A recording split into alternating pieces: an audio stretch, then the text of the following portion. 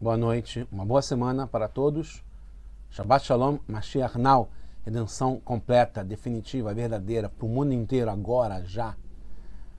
A pergunta da semana é: se melhorar estraga? Na verdade, a pergunta era outra. O status é bom? Inclusive, a imagem por inteligência artificial está ligada com o status, né? O poder. O rei leão. Chegar no topo. Está ligado com o status. Mas, quando eu fui entrando mais no discurso, eu percebi como o principal ponto está ligado a avançar de fase. Justamente porque conseguir adquirir um status, depois tem que seguir. Não tem que ficar acumulando mais desse status positivo, não status de arrogância, de vaidade, de futilidade, de materialidade. É um status de estar preparado, estar pronto. Aí tem que seguir em frente. Se continuar, estraga, mesmo melhorando. Continuar acumulando, depois de um certo ponto, sem colocar na prática, piora. A gente está no projeto Likutei Sihot, esse é o capítulo, volume 23, do livro de Discursos Hassídicos do Rebbe de Lubavitch. A gente começou um novo livro, livro Devarim, Parashat Devarim, o livro Deuteronômio, né, de repetição. E essa é a Sirá de número 2. Então, como já respondido, antecipado, e aí ligou com, eu não sei qual dos dois nomes vai para a decisão, para a final, mas juntando as duas coisas é o seguinte, que sim, o status pode ser bom, diferentemente de tudo que a gente imagina, né, como sendo o lado positivo do status. Deixa eu explicar aqui o que é esse status. A ligação com essa paraxá e com o momento que a gente vive agora no mundo. Depois de chegar nesse status, nessa condição, deve seguir em frente para a ação. Se ficar parado, mesmo melhorando, estraga. Porque o objetivo é a ação.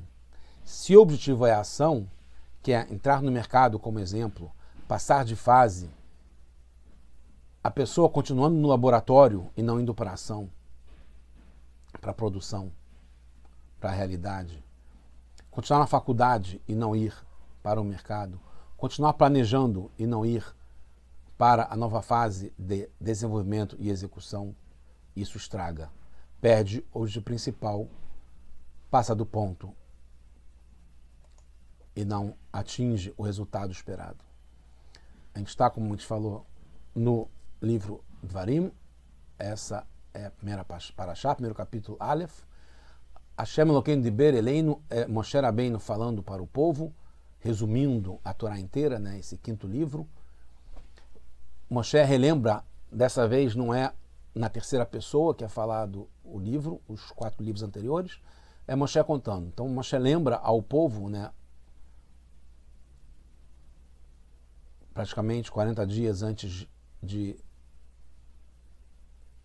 morrer, entre aspas, fala assim: Hashem Elokeinu Diber Eleinu, Hashem falou com a gente. Bechorev, Bechorev é a região, é a localização do Har Sinai, do Monte Sinai. Lemor falou para a gente repetir, falar. Rav Lachem, Rav é no sentido de muito. É essa palavra que o Urashi vai querer explicar melhor. Rav Lachem, demais para vocês. Shevet Bacharazé, já passou do ponto de ficar nesse monte aqui, no Har Sinai. Urashi, nesse versículo que é o 6, fala Rav Lachem, Shevet, ele traz só, ele não traz Rav Lachem, Shevet Beharazé, como a gente vai ver isso no último slide, já antecipando, ele traz só o muito para vocês residir, habitar, estar. E ele fala Kipshutó, o sentido literal disso, o simples, o normal, que já passou do ponto, já foi demais, Rav Lachem, já chega, basta. E aí ele traz uma Agadá, um Midrash Agadá. Ele traduzindo mais ou menos assim: Hashem lhes deu muita distinção, né, muita grandeza, um status, né, aqui o Urash não fala isso, mas no Monte Sinai, e uma recompensa, um prêmio, por terem ficado, né, Shevet, habitado neste monte, e dá como exemplo o que foi que eles tiveram de um novo status nesse monte. Vocês fizeram o Mishkan, que é o tabernáculo, fizeram a Menorá, né, que é o candelabro de ouro do Mishkan, outros artigos sagrados, né, os Keilim, como o Aron, como o Shulchan, como o Mizbeach, o altar. Vocês receberam a Torá, tudo foi aqui nesse Monte Sinai, estando aqui no Monte Sinai. Vocês nomearam um Sanhedrin, né, um tribunal rabínico, para si mesmos, ministros de milhares, ministros de centenas. Isso é o que Urash traz. Isso está no Sifri, que traz esse Midrash Agadá. Perguntas. Primeiro, Urash explica o sentido literal, que é o entendimento simples para uma criança de 5 anos. Por que não diz simplesmente que chega, basta, não precisa mais ficar no Monte Sinai. Agora é o momento de avançar. É certo que não está na Torá a palavra dai, que seria o sentido literal. Basta, chega. E sim Rav. Então, por causa disso, Urash vai querer explicar por que é Rav e não dai, que é basta, chega, já tem que avançar, já está num ponto suficiente. Então essa parece uma explicação. Mas, em Vaerá, né, a Parashá Vaerá, no livro de Shemot, Urash traz no versículo 28 que tem a palavra verav, e aí ele explica dai lo bema sheorid kvar. Então já é suficiente o que foi feito. Dai. Então Urash não tem problema em traduzir Rav, e não está na Torá dai, está Rav, como sendo dai, que é chega, basta, vamos avançar. Então Urash explica já no passado Rav como basta, e não trouxe outra explicação como tem aqui Midrash Agadá, falando sobre o Mishkan, receber a Torá, etc. Segunda pergunta, no significado que é muita coisa, que já é demais, já passou do ponto, não dá para entender algumas coisas. Primeiro, porque Urash numera os detalhes de grandeza, de status, e não a principal. Em vez os detalhes dessa Gdulá, né, de Rav no sentido de Gdulá, de distinção, de status, como está em Vayet Hanan, no livro de Varim, mas no capítulo 4 em seguida, que fala sobre Aniaka da Varagadola Zé, o grande feito, essa grande coisa que aconteceu aqui no Har Sinai. Né? Quem poderia ter ouvido alguma coisa parecida com isso? Que vocês ouviram o Kol Elokim, a voz de Hashem, Medaber Mitor Aesh, falando através do fogo. Então, isso é o principal status que a gente fez no Har Sinai, que a gente teve nesse tempo estando no Monte Sinai. Além do que, ele poderia falar simplesmente o ensinamento da Torá, que era já uma coisa muito grande, em vez de dizer tantos detalhes. Segundo, B, os detalhes que Urash lista não marcam tanto a grandeza do que aconteceu neste monte. Então, já que vai contar os detalhes, por que não fala os que revelam o status, a grandeza que a gente adquiriu? Porque receber a Torá já tinha sido dada para Adam Arishon. Adam Arishon já conhecia a Torá. Não só ele, os avós, Avraham, Yitzhak, Yaakov, Shem e Ever também, né? Filhos de Noah, os Bnei Noah, todos, né, já tinham conhecimento das 7 leis da Torá para eles, para todos. E Sanhedrin, por exemplo, juízes já tinha até mesmo para os outros povos.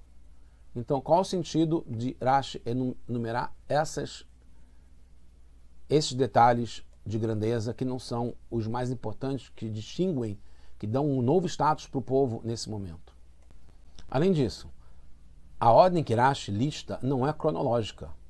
Primeiro foi a entrega da Torá. Depois foi o estabelecimento do Sanhedrin, do Tribunal Rabínico. E depois teve a construção do Mishkan. Segundo, porque Rashi destaca a menorá entre os objetos do Mishkan. Ele fala menorá, depois os kelim do Mishkan. Mas por que destaca primeiro a menorá? Terceiro, porque Rashi lista os ministros de milhares e centenas e omite os de Hamishim, que são 50, e dezenas, Asarot. E reforça mais ainda as perguntas quando vemos que no Sifri, que o Rashi traz, mas no original, no Sifri, está tudo de um modo que não gera todas essas questões. Não tem essa ordem diferente da cronológica, a ordem está certa, né, que é Torá, Sanhedrin e Mishkan. Não tem menorá evidenciada, destacada, e tem também os ministros, os Sarim, os Sarei, Hamishim e Asarot. Além disso, especialmente essas diferenças, em relação a essas diferenças. Primeiro, o Rashi acrescenta grandeza, Gedulá, ao prêmio. Ele fala Gedulá vesachar, enquanto que o Sifri fala só Sachar. No Sifri, 2. No Sifri entende-se que o prêmio, o Shar, a recompensa, é por ter ficado no Monte Sinai. É ter ficado no Monte Sinai. Essa é a recompensa. A gente ganhou como recompensa poder ficar no Har Sinai. O Rashi não. O Rashi fala Al Shevet, que é por Eshbatam. Por ter ficado, a gente ganha um outro prêmio na sequência. Diferente do Sifri. Terceiro, no Sifri, Hashem nomeou o Sanhedrin. E no Rashi fala que foi o próprio povo que nomeou o Sanhedrin. Então, começando a explicar, tem o quanto basta e o que excede, mais do que o suficiente. Na Parashat Korah, o Rashi explica o que é isso de ter demais. Já foi demais, já passou da conta. Né? Quando o Korah ele se junta contra Moshe e Aharon, e ele fala, Rav lachem, riba yoter midai lekartem, vocês já pegaram para vocês mais da conta, já passou do ponto. Em relação a Gdulá, em relação ao que vocês pegaram de poder, de status para vocês. No Monte Sinai, o povo recebeu cada vez mais. Foi chamado até o Monte de Deus, Hara Elohim. Então, poderia se entender, no sentido literal, simples, que foi aquele pshutó que o Rashi fala, que Rav lachem recebeu demais, é que a gente foi recebendo muita coisa lá, enquanto a gente estava no Har Sinai, ao ponto de ser chamado Har Elohim, Monte de Hashem, Monte de Deus. Em Beloterá,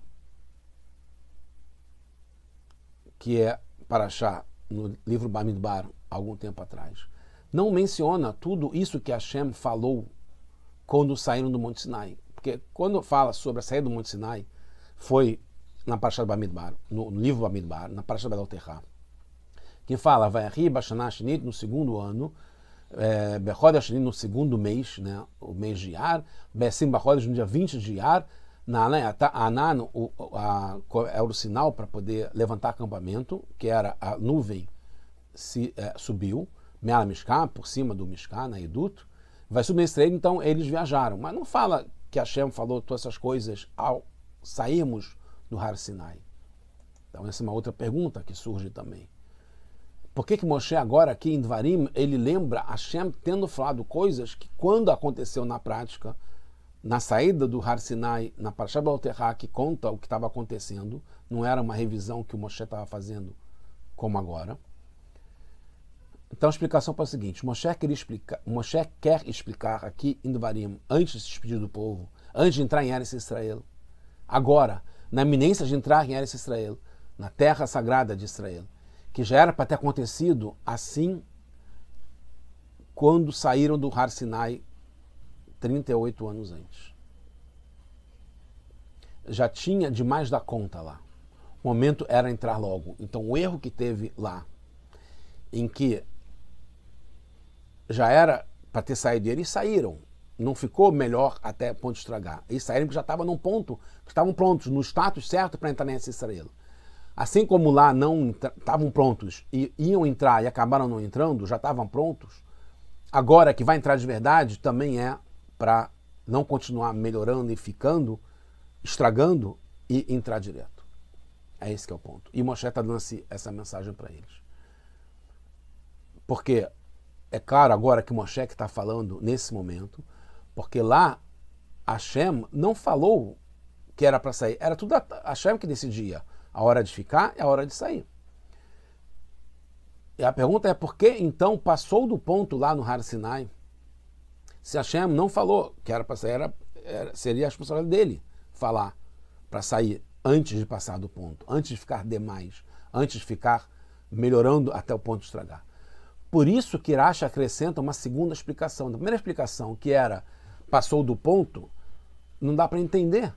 Porque se passou do ponto, a responsabilidade de Hashem, ele deveria falar, não vamos passar do ponto, não vamos melhorar até o ponto de estragar. Já chegou no status que precisa para entrar em Eretz Israel, vamos entrar. Então o Rashi tem que explicar por que não é simplesmente passou do ponto, já foi demais. Que não é só o Dai, como foi em outras explicações, e o Termidai, como foi no Korah. Por isso que Rashi acrescenta essa explicação, que não é o significado comum de demais, mas sim de muita coisa, esse status novo que a gente adquiriu. E Hashem quer agilizar a entrada em Israel, porque já atingiu esse status. Por isso, traz do Midrash o que receberam no Monte Sinai, e na ordem que mostra o quanto estão prontos e que se melhorar estraga. Por isso que Rashi muda algumas coisas, entre as quais a ordem, porque a ordem define o quanto que a gente já está pronto na ordem certa, não cronológica, para a gente poder já ir em frente e passar para a nova fase, que é entrar em Israel. Quando entrarem em Eretz Israel, e que seja agora definitivamente, no sentido total, definitivo, para sempre, como a gente vai ver. Naquela época, a gente, tanto saindo do Monte Sinai, quanto agora, depois de Moshe, ficar com o povo 40 anos no deserto, a gente seria como os outros povos. E a gente poderia deixar de se ver como especiais, com uma missão importante no mundo inteiro, que Hashem nos confiou. Por isso, Moshe queria que internalizasse no povo ele ser um Goi Kadosh, um povo sagrado, de 3 modos. A gente é sagrado como Hashem, porque Hashem é sagrado. E tem um lugar fixo, que é o Mishkan, onde Hashem mora. Por isso que teve que mencionar o Mishkan. No Matan Torah, teve a revelação, mas foi momentânea. O Mishkan é onde Hashem reside o tempo todo. Por isso que também mencionou a Menorá, porque a Menorá é uma testemunha para todos que a Shekhinah, a presença divina, reside no povo judeu. O milagre da Menorá, que não se extinguia, que tinha sempre o Ner HaMaravi, isso era um testemunho. Isso para a gente era importante saber, que Hashem reside no Mishkan e que a Menorá mostra o quanto que a gente é especial e sagrado, assim como Hashem é sagrado. O recebimento da Torá marca o nosso comportamento, como deve ser, em todo lugar, em todo momento, mesmo parecendo como todos os povos. Por isso precisa do Sanhedrin, que o Rashi também menciona nessa ordem, porque o Sanhedrin é o tribunal que vai ajudar a colocar na prática tudo que a gente recebeu da Torá. E por isso que Rashi não menciona os ministros de 50 em dezenas, que servia só no deserto para esses grupos pequenos. A gente, como Goi Kadosh, como povo sagrado, está falando sobre os ministros de milhares e centenas. Quase terminando, entendendo as diferenças para o Sifri. Segundo Rashi, o que teve a mais no Monte Sinai não foi à toa.